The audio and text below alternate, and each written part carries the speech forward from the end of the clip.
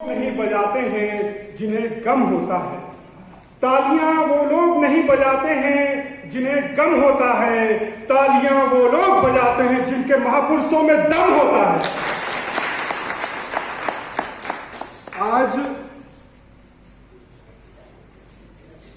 यवतमाल में the Buddhist pensioner social association की तरफ से जो वार्षिक आम सभा का आयोजन किया गया है और इसमें आप सभी लोग आए हुए हैं। इससे पहले हमारे बीच में अभी खंडारे सर ने बातचीत रखी और मंच पर सभी सम्मानित नागरिक सर ने अभी इशारा किया कि आप सभी लोग रिटायर्ड हैं, लेकिन एक तरुण सामाजिक परिवर्तन की तरफ, चलवल की तरफ आप लोगों का योगदान है। उसके तहत मुझे जो अभी यहाँ पर जानकारी मिली कि इस संगठन के माध्यम से बच्चों का जो अच्छे नंबर्स लेकर आते हैं उनका आप सत्कार का प्रोग्राम करते हैं। आईएएस पीसीएस के लिए जो तैयारी कर रहे हैं, एमपीपीएस के लिए, पीएचडी के लिए प्रोत्साहन का कार्यक्रम करते हैं। साथ ही आरोग्य शिविर, ये तमाम सारी बातें थूल सर से हमारी जब बातचीत हो रही थी इस कार्यक्रम को लेकर के कि बाबा साहब के सपनों का भारत, यानी कि बाबा साहब के जो विचार हैं और आज के समय में जो हमारा संविधान की जो भूमिका है, इस पे बातचीत रखनी है। यकीनन आप सभी ने अपना एक महत्वपूर्ण समय राज्य सरकार या केंद्र सरकार को सेवा के रूप में दिया है और ये सिर्फ और सिर्फ ये हुआ है तो हमारे सभी के राष्ट्र निर्माता डॉक्टर बी.आर. अम्बेडकर के द्वारा।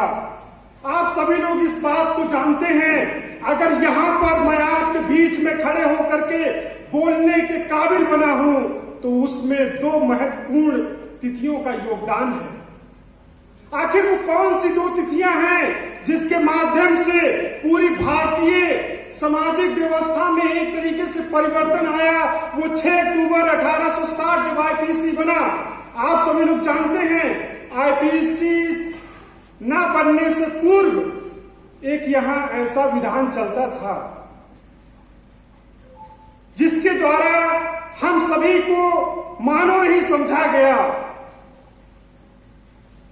सबसे पहले दुनिया में मानवता का संदेश देने वाले तथागत गौतम बुद्ध और खासकर महिला मुक्ति की जो बात करने वाले वो भी हमारे तथागत गौतम बुद्ध हैं। मैं इस बात को यहाँ पर सोच रहा था क्योंकि मैं स्त्री अध्ययन विभाग से हूँ और अधिकतर जब मैं मंच पर बैठता हूँ, कहीं भी जब भी आप लोगों में से बुलाते हैं तो मुझे ये अंदर से एक वो रहता है, कहीं कोई मेरे से पूछेगा तुम आधी आबादी कि मैं किसी भी समाज की उन्नति उस समाज में महिलाओं ने कितनी उन्नति की है उससे मापता हूं। तो मेरे सामने ये प्रश्न हमेशा घूमता रहता है क्योंकि उसी डिपार्टमेंट से हूं और ये हमारी जिम्मेदारी भी बनती है आयोजक लोगों का भी।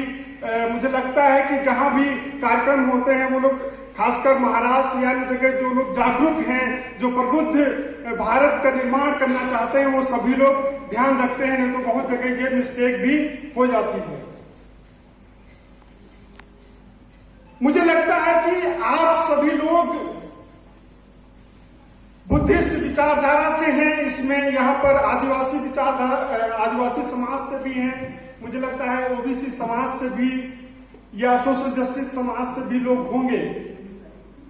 लेकिन बाबा साहब का जो पूरा संघर्ष है, आज ये बात हो रही है कि आखिर बाबा साहब को अगर हम देखें, उनके द्वारा जो संविधान निर्मित किया गया, हमारे देश की जो सर्वोच्च नागरिक का पद है राष्ट्रपति, जहां पर बैठती हैं वहां पर पीछे किसकी फोटो लगी होती है? लाइट ऑफ एशिया, सम्राट अशोक का जो चक्र लगा होगा, यानी कि बाबा साहब कितने दूरदर्शी थे। वो एक तरीके से बौद्ध राष्ट्र बनाने के लिए उन्होंने प्रयास किया, लेकिन समाज में ऐसे भी लोग हैं जो भारतीय संविधान में भी परिवर्तन करना चाहते हैं। ऐसे कौन लोग हैं, उनको चिन्हित करने की जरूरत है, जो आए दिन जिनके पेट में मरोड़ होती रहती है। कहीं तो रिजर्वेशन के नाम पर कोई हमारे समाज का घोड़ी से जा रहा है अपनी शादी के लिए, कोई लग्जरी गाड़ी में बैठा है तो लोगों के पेट में मरोड़ होने लगता है। मैं इस बात को यहां पर कहना चाहता हूं कि हजारों सालों से जिनको वंचित रखा गया, तब आप लोग कहां चले गए? आपने अपने माता पिता से क्यों नहीं आप पूछते हो? बाबा साहब ने जो प्रतिनिधित्व का कॉन्सेप्ट लेकर के आए भारतीय संविधान में, अगर इसको हम देखें तो सबसे पहले 1860 में अंग्रेजों के सामने ज्योतिबाराव फुले ने अंग्रेजों के सामने ये प्रस्ताव रखा। उसके बाद में साहू जी महाराज ने 1902 में अपने राज्य कोल्हापुर में लागू किया, और बाद में बाबा साहब ने जब संविधान लिखने की बारी आई तो संविधान में उन्होंने संवैधानिक रूप से उसको कानून का दर्जा दिलाया। बहुत सारे हमारे भाई बंधु ओबीसी समाज के हैं जो इस बात को कहते हैं, भाई अब तो समाज में भेदभाव नहीं है, कोई जातवाद नहीं है, तो रिजर्वेशन नहीं होना चाहिए। सबसे पहले आर्टिकल 16 का जो 4th कॉलम है उसमें स्पेशल बैकवर्ड क्लास यानी कि ओबीसी के लिए बात की गई है। कुछ हमारे आदिवासी समाज के भाई बंधु कहेंगे कि बाबा साहब ने अनुसूचित जनजाति शब्द का उपयोग क्यों किया, आदिवासी शब्द क्यों नहीं उपयोग किया। ऐसे तमाम सारे मतभेद हैं, लेकिन बाबा साहब के उस समय जिस तरीके से भारतीय समाज पूरा जातियों में बटा हुआ, उसको वर्ग में समेटने के लिए जो सूची बनाया उसके तहत है। लेकिन आज सबसे ज्यादा जो महत्वपूर्ण जरूरत है कि बाबा साहब के विचार, अगर मैं आपसे यहाँ पर बोलने के लिए आया हूं आपके बीच में, तो किसके माध्यम से आया हूं? यानी कि एक सूत्र है जो हमें आपस में जुड़े हुए हैं। वो क्या है? बाबा साहब के विचार। इस बात को कहते हैं, तब हमारे समाज में यहाँ आप लोग भी बैठे हुए हैं, किसी मुद्दे से मतभेद हो सकता है, लेकिन विचार जो है आपको यहाँ पर जोड़े हुए हैं। इसीलिए बाबा साहब ने कहा है कि इस शरीर को चलाने के लिए भोजन की आवश्यकता होती है। हम लोग भोजन को खाते हैं, लेकिन इस मस्तिष्क को विचारों की जरूरत है। और विचार जो है आज पूरी दुनिया में एक सूत्र में, जो जय भीम का नारा जब सड़क से लेकर संसद में गूंजता है, तो आप सभी लोग जानते हैं जय भीम का नारा 6 जनवरी 1935 में बाबू हरदास एलन ने जो कांटिस्ट थे उन्होंने दिया था, जिनको आज हम लोग गर्व से लगाते हैं। मुझे लगता है ऐसी बहुत सारी बातें हैं जिनमें हमें सोचने की जरूरत है। और सबसे महत्वपूर्ण बात यह है कि आखिर हम अपने विचारों को कैसे ज्यादा से ज्यादा फैलाएं। आप सभी लोगों के बीच में रहते हुए वर्धा में मैंने एमफिल और पीएचडी किया। 15 मई 2016 को बौद्ध धर्म की दीक्षा नागपुर में ली, और उसी के माध्यम से आप लोगों के बीच में रहते हुए मैंने 2018 में बौद्ध धर्म से शादी की। यूट्यूब पे नेशनल दस्तक जो चैनल शंभू भाई चलाते हैं, उस पर भी कवरेज हमारे शादी की, कि मैं यहाँ पर अगर नहीं आ पाता तो सिर्फ बाबा साहब का जो 10 रुपए का मेले में या कहीं जो भी कार्यक्रम होते हैं जो बिकता है 10-20 रुपए का, वो सिर्फ हमारे घर में फोटो था। यहाँ आने के बाद में मैं बाबा साहब के विचारों से जुड़ा, और जुड़ने के बाद में बाबा साहब ने 14 अक्टूबर 1956 को जो 22 प्रतिज्ञाएं दी, सर अभी कनारे सर जिस तरफ इशारा कर रहे थे कि आज हम सभी लोग अगर हम इस बात को दावे से कहते हैं कि हमारे जीवन में जो भी रोशनी आई है, आज अच्छे कपड़े पहन रहे, मोबाइल, गाड़ी घोड़ा, मकान, सब कुछ हमारे पास में है, उसके लिए सिर्फ और सिर्फ मुक्तिदाता है तो बाबा साहब। तो उनके द्वारा दी हुई 22 प्रतिज्ञाओं को क्या हम मानते हैं? कितने परसेंटेज मानते हैं? 70%, 80%, 90% या 100%? आप लोग तय कीजिए, स्वयं मैं भी उसमें हूं। अगर ये the Buddhist pensioner social association की तरफ से ये जो कार्यक्रम हो रहा है, अगर इसका रोड मैप सही नहीं है तो मुझे लगता है उद्देश्य जहां तक पहुंचने की जो बात हो रही है वो नहीं पहुंच पाएगा। अगर रोड मैप सही है तो वो उद्देश्य सार्थक रूप से पहुंचेगा। बहुत सारे नकारात्मक विचार भी हमारे बीच में हैं, लेकिन हमें उन नकारात्मक विचारों से दूर हटना है। जो सकारात्मक विचार हैं उनको हमें आत्मसात करते हुए आपके जो बच्चे हैं, लड़के लड़कियां हैं, उनके कैसे आप लोग ब्याह शादी कर रहे हैं या मुंडन का कार्यक्रम कर रहे हैं या घर का इनॉग्रेशन कर रहे हैं, तो किस पद्धति से कर रहे हैं? 358 के माध्यम से कर रहे हैं, यानी त्रिशरण, पंचशील और अष्टांगिक जो मार्ग है उसके माध्यम से। ये तमाम सारी बातें हैं जिसमें हम सभी को समझने की जरूरत है।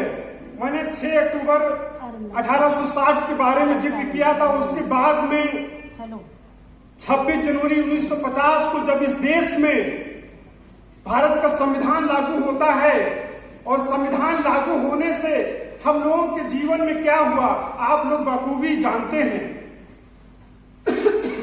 आपके माता पिता कच्चे मकान में रहे होंगे, लेकिन आज जो है आप पक्के मकान में हैं। ये किसकी देन है? ये संविधान की देन है। आज 75 साल बाद संसद में अगर डिबेट हो रही है संविधान को लेकर के, तो सत्ता में कौन रहा है? ओबीसी के रिजर्वेशन को किसने नहीं लागू देने का काम किया है? इस पर भी रिसर्च करने की जरूरत है। 40 सालों तक किसने रोक कर रखा? आज आप देख रहे हैं कि बाबा साहब के प्रति प्रेम दिखाने के लिए लोग जो है उनकी फोटो को लेकर के सीने से लगा करके चल रहे हैं, दिखा रहे हैं। ये प्रेम जब आप 33% महिलाओं का जो प्रतिनिधित्व का सवाल है उस पे क्यों चुप्पी साधे हुए हैं, उसको ठंडे बस्ते में क्यों डाले हुए हैं, तब ये आपका बेटी बचाओ बेटी पढ़ाओ का जो नारा है वो कहां चला जाता है? ऐसे तमाम सारे मुद्दे हैं। One nation one education, one nation one election की तो बात हो रही है। छात्र जो संगठन है उनकी लंबे समय से बात रही है कि एकल प्रणाली जो है शिक्षा होनी चाहिए।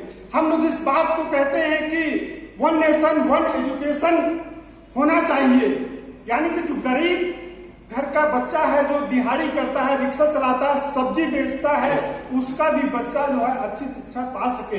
जो लोग जॉब में हैं उनके भी बच्चे जो है अच्छी शिक्षा पा सके। वो शिक्षा क्यों नहीं देना चाहते हैं, उसके पीछे कारण है। वो चाहते हैं कि हमारे जैसे लोग विश्वविद्यालयों में पहुंच करके तर्क करेंगे कि आप प्रतिनिधित्व क्यों नहीं दे रहे हैं रेलवे में या विश्वविद्यालय में, ये तमाम सारे जो सेक्टर्स हैं, तो जो है इनको दर्द होता है। इसीलिए इधर के दौर में आप देख रहे हैं जो केंद्र में सरकार है उसने क्या किया है, विश्वविद्यालयों में खासकर कहीं ना कहीं धर्म से जोड़ करके सेमिनार्स हो रहे हैं, जबकि नए नए टॉपिक पर तमाम सारे प्रोफेसर्स अलग अलग भाषाओं के हैं। सेमिनार्स हो सकते हैं, लेकिन इस भारत सरकार का रुपया जो है वो सिर्फ एक ही विचारधारा को बढ़ाने के लिए किया जा रहा है। उसका दुष्परिणाम क्या हो रहा है? आए दिन आप लोग देख रहे हैं। अभी हम लोगों के बीच का साथी परभणी में सोमनाथ सूर्यवंशी, जो पुलिस यातना के तहत वो शहीद हो गया। आखिर बाबा साहब के प्रति नफरत कौन बो रहा है? बाबा साहब के प्रति जो सिर्फ दलित समाज तक उनको सीमित करने की जो पूरी साजिश चल रही है पूरे देश में, आखिर वो सभी के नेता या मुक्तिदाता के बतौर उनको क्यों नहीं पेश किया जा रहा है? तो ये तमाम सारे ऐसे सवाल हैं जिन पर सोचने की जरूरत है। पे बैक टू सोसाइटी के तहत आपने बताया कि हम ये कार्यक्रम छात्रों से संबंधित मार्गदर्शन का कार्यक्रम, सत्कार का कार्यक्रम कर रहे हैं। ये बहुत ही अच्छी बात है। हम सभी को बाबा साहब ने कहा है कि अपनी आय का 20वां भाग हमें समाज के लिए देना चाहिए। कुछ लोग इस बात को कह सकते हैं कि हम कैसे मदद कर सकते हैं। मैं इस बात को हमेशा कहता हूं कि आप लोग 3 तरीके से मदद कर सकते हैं। इस संगठन में मुझे लगता है कि 1000 से भी ज्यादा यहाँ पर सदस्य हैं। तुम सब जिस तरीके से बता रहे थे, आज यहाँ पर आप लोग वार्षिक आम सभा है, कितने परसेंटेज हैं आप लोग अंदाजा इससे लगा सकते हैं। तो मुझे लगता है कि आज के समय में हमें एकजुट होकर के रहने की जो राजनीतिक पार्टियां हैं, क्योंकि अलग अलग अभी सर कह रहे थे कि जिस तरह 58 के आसपास आरपीआई के दल हैं, तमाम सारे अध्यक्ष हैं। भले ही अध्यक्ष को ये पता ना हो कि रिजर्वेशन किस अनुच्छेद के तहत है, India that is a Bharat किस अनुच्छेद के तहत है, क्योंकि आजकल लोग हिंदुस्तान हिंदुस्तान बहुत चिल्ला रहे हैं। तो मुझे लगता है आप सभी के घरों में हिंदी या मराठी में भारत का संविधान जरूर होगा। कुछ लोगों के घरों में बेयर एक्ट भी हो सकता है। लॉ एजेंसी इलाहाबाद पब्लिकेशन से है, हिंदी और इंग्लिश में आता है। जिसके पास अगर जरूरत है, जिनके घरों में बच्चे हैं, आप लोग ऑनलाइन भी अमेजॉन फ्लिपकार्ट से मिल जाता है, मंगवा सकते हैं। तो बाबा साहब के विचारों का आखिर प्रबुद्ध भारत का निर्माण कैसे होगा? इसके लिए क्या कोई आसमान से उतरेगा या कोई टपकेगा? मेरा मानना है कि हम सभी के बीच से ही हमें त्याग करना होगा। अगर आप चाहते हैं कि यवतमाल में अच्छे भंते हो, तो भंते क्या आसमान से टपकेंगे या कहीं दूसरे ग्रह से आएंगे? कहां से आएंगे? हमें बौद्ध धर्म के लिए त्याग करना होगा, अपने बच्चों को देना होगा। मैंने सम्राट अशोक का एक तरफ अन्याय है, एक तरफ न्याय है, आपको तय करना है। ये 4 जो सिद्धांत है, जो बेसिक सिद्धांत है, अगर कोई कहे कि बाबा साहब को हम कैसे दूसरों को बता सकते हैं, बाबा साहब ने जो ग्रंथ लिखे हैं उसके 20 पार्ट में इंग्लिश में है और हिंदी में जो ट्रांसलेट होकर के हुआ है डॉक्टर अंबेडकर फाउंडेशन नई दिल्ली से, हिंदी में 40 खंड उसके हुआ है। तो बाबा साहब को शॉर्टकट में अगर बताना है तो एक तरफ विषमता है, तो हमें क्या चाहिए? जो बाबा साहब ने कहा कि समता। एक तरफ गुलामी है तो उससे क्या चाहिए? हमें स्वतंत्रता। एक तरफ उत्पीड़न है तो हमें क्या चाहिए?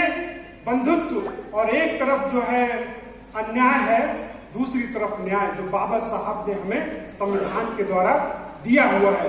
ये बेसिक मुझे लगता है निचोड़ है, इसको समझने की जरूरत है। और डॉक्टर भजन दानंद तौसलाइन जी, हमारे हिंदी महात्मा गांधी अंतर्राष्ट्रीय हिंदी विश्वविद्यालय में उनके नाम पर एक विभाग भी है, उन्होंने एक बहुत महत्वपूर्ण पुस्तक लिखी है, यदि बाबा ना होते। देश में, हमारे देश में आज भी बाबा बहुत सारे हैं, इससे पहले भी बाबा रहे हैं, और हमारे पूर्वजों ने बाबाओं को बहुत अच्छी तरीके से आदर सम्मान किया है, लेकिन हमारे जीवन में यानी कि हमारे पूर्वजों के जीवन में कोई परिवर्तन नहीं आया है। वो परिवर्तन अगर आया है तो बाबा साहब के द्वारा लिखित भारत के संविधान के द्वारा आया है।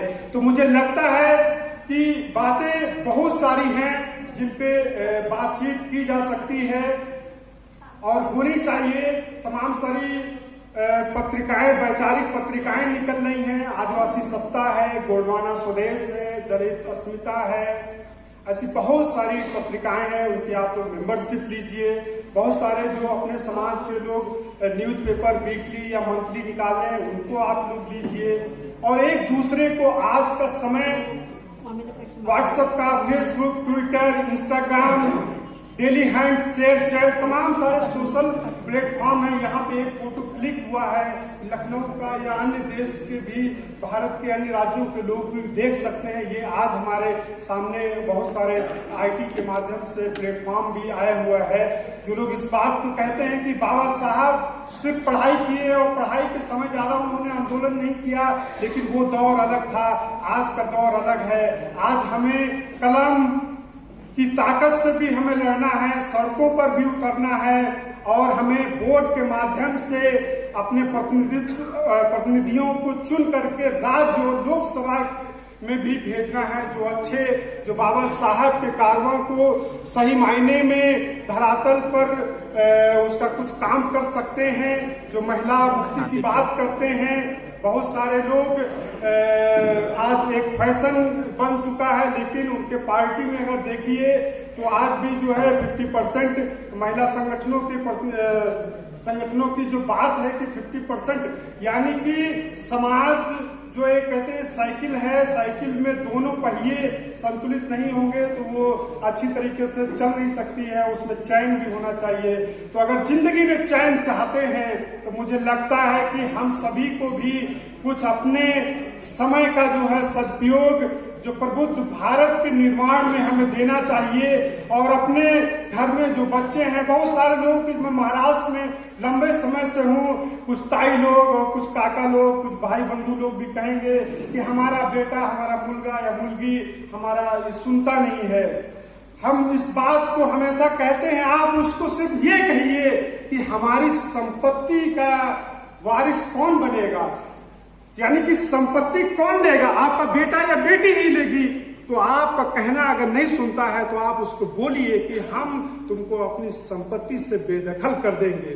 तो मुझे लगता है बहुत सारे उपाय हैं अपने बच्चों को सही रास्ते पर लाने के लिए, क्योंकि मैं भी शौक में बहुत सारे मतलब कार्यक्रमों में जाता था, लेकिन एक जो हमारी एक समझ बनी है बहुजन समाज के प्रति, और इस जो जीवन है, अगर जॉब मिलती है तो बहुत अच्छी बात है, नहीं तो जीवन यापन करने के लिए, क्योंकि आप सभी लोग जानते हैं ये गलत हमारे समाज में एक प्रचार किया गया है कि देश जो है संगठित, यानी कि जो सर्विस सेक्टर्स में उन्हीं के माध्यम से चलता है। ये सही नहीं है।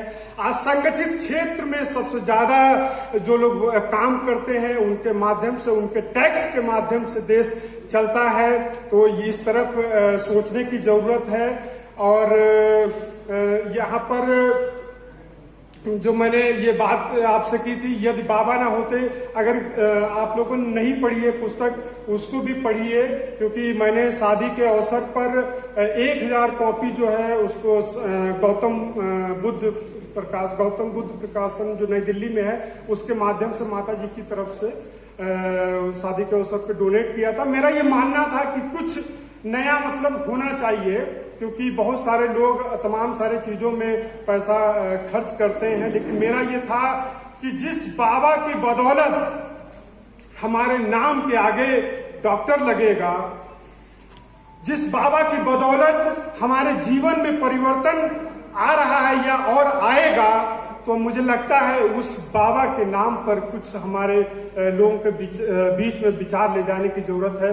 तो कुछ सार्थक काम कीजिए। जैसे यहाँ पर अधिकतर बुके ही दिया जाता है। अगर इसकी जगह पर मेरी एक संगठन को पदाधिकारियों से मेरा आग्रह है कि अगला जब भी आप कार्यक्रम करें, भले ही 20 या 30 रुपए की कोई पुस्तक जो है दें, क्योंकि ये पुष्प गुच्छ क्या है 2 या 3 दिन बाद जो है मुरझा करके वो सूख जाता है। उसकी भी जरूरत है, मैं ये नहीं कहता हूं कि उसकी जरूरत नहीं है, लेकिन अगर पुस्तक देते हैं तो पुस्तक जो है लंबे समय तक रहेगी। तो मुझे लगता है ये आप लोग इसमें करिए। और कहीं भी कार्यक्रम अगर आप लोग घर में अपने कर रहे हैं तो यहाँ तो बुद्धिस्ट कल्चर से कोई भी इनविटेशन छपता ही है, लेकिन आप लोग दूसरे लोगों को सोशल मीडिया के माध्यम से, कुछ लोग कहेंगे कि हम कैसे क्या कर सकते हैं, भाई हम तो अब रिटायर्ड हो गए हैं, कोई काम धाम नहीं है। लेकिन जो दूसरी विचारधारा से लड़ने की जो बात कर रहे हैं, जिनके लोग जो है पार्लियामेंट में बैठे हुए हैं, जो हमारे हक और अधिकार और मान सम्मान को आए दिन जो है छीन रहे हैं, हमारे बहन बेटियों पर, हमारे लोगों पर आए दिन अत्याचार हो रहा है, अगर इनके खिलाफ में अगर लड़ना है, अगर आप चाहते हैं, जिस तरफ सर ने इशारा किया कि ये तरुण लोग हैं, तो मुझे लगता है आप सभी को, जो हमारे जैसे जो आपके घरों में भी हैं, उनको मोटिवेट करने की जरूरत है। तभी मुझे लगता है कि बाबा साहब का जो कारवां है और प्रबुद्ध भारत के निर्माण में जो हम सभी का योगदान सामूहिक हो सकता है, तो वो हमें करने की जरूरत है।